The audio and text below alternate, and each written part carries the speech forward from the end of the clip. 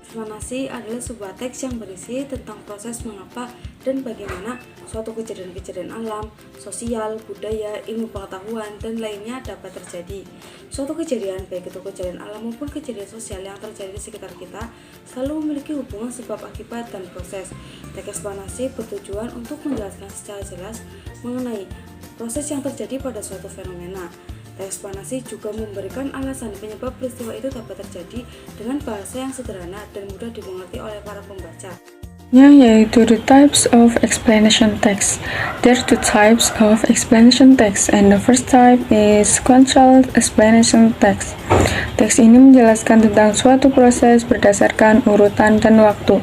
Contohnya teks yang berjudul How Seawater Becomes Salty. The second type is cause and effect explanation text. Teks ini menjelaskan tentang sebab akibat terjadinya suatu fenomena. Contohnya teks yang berjudul How Do Floods Happen? Or why people feel sleepy after meal. Selanjutnya yaitu ciri-ciri teks eksplanasi. 1. Faktual, yang artinya teks eksplanasi memuat informasi yang nyata dan benar adanya.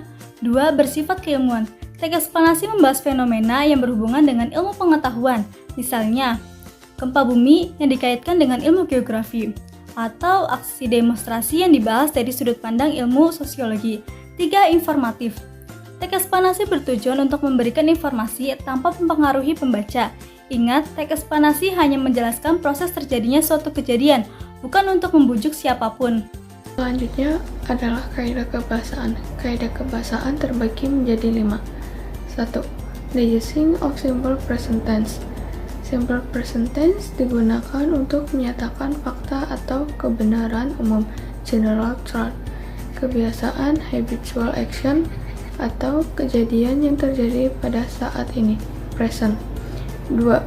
The using of action verb. Action verb adalah kata kerja verb yang menunjukkan adanya suatu aksi atau perbuatan. Nomor 3, the using of passive voices. Passive voice merupakan suatu bentuk kalimat di mana subjek kalimat menerima aksi, bukan melakukan aksi. Tidak seperti active voice yang fokus terhadap pihak yang melakukan aksi atau doer of action. Bentuk ini lebih berfokus kepada pihak atau objek yang menerima hasil dari suatu aksi tersebut atau receiver of action. Nomor 4, the using of noun phrases. Noun phrases merupakan frasa yang berhubungan dengan noun atau kata benda. Nomor 5, the using of technical terms. Technical terms merupakan istilah teknik. Yuk kita bahas mengenai generic structure explanation text. Nah, seperti jenis teks lainnya, explanation text juga memiliki struktur yang diantaranya the first, title atau judul. Setiap teks atau tulisan tentunya memiliki judul di awal nih untuk memberi tahu apa isi yang dituliskan dalam sebuah tulisan. Begitu juga dengan explanation text.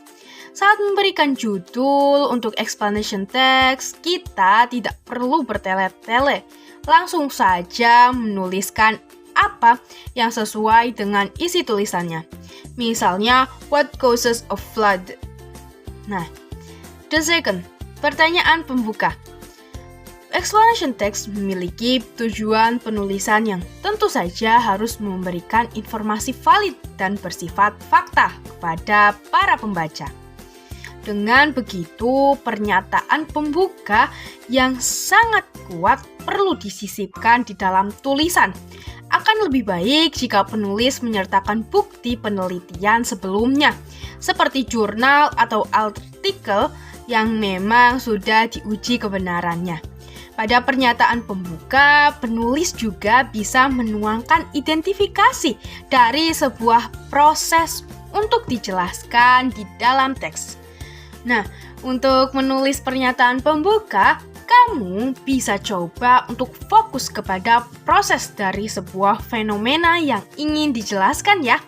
Dengan pernyataan pembuka yang memperkenalkan atau mengidentifikasi sebuah fenomena yang ingin dibahas akan memberikan pembaca pengenalan singkat tentang hal tersebut dan memberikan pemahaman singkat tentang jenis teks yang kamu tulis.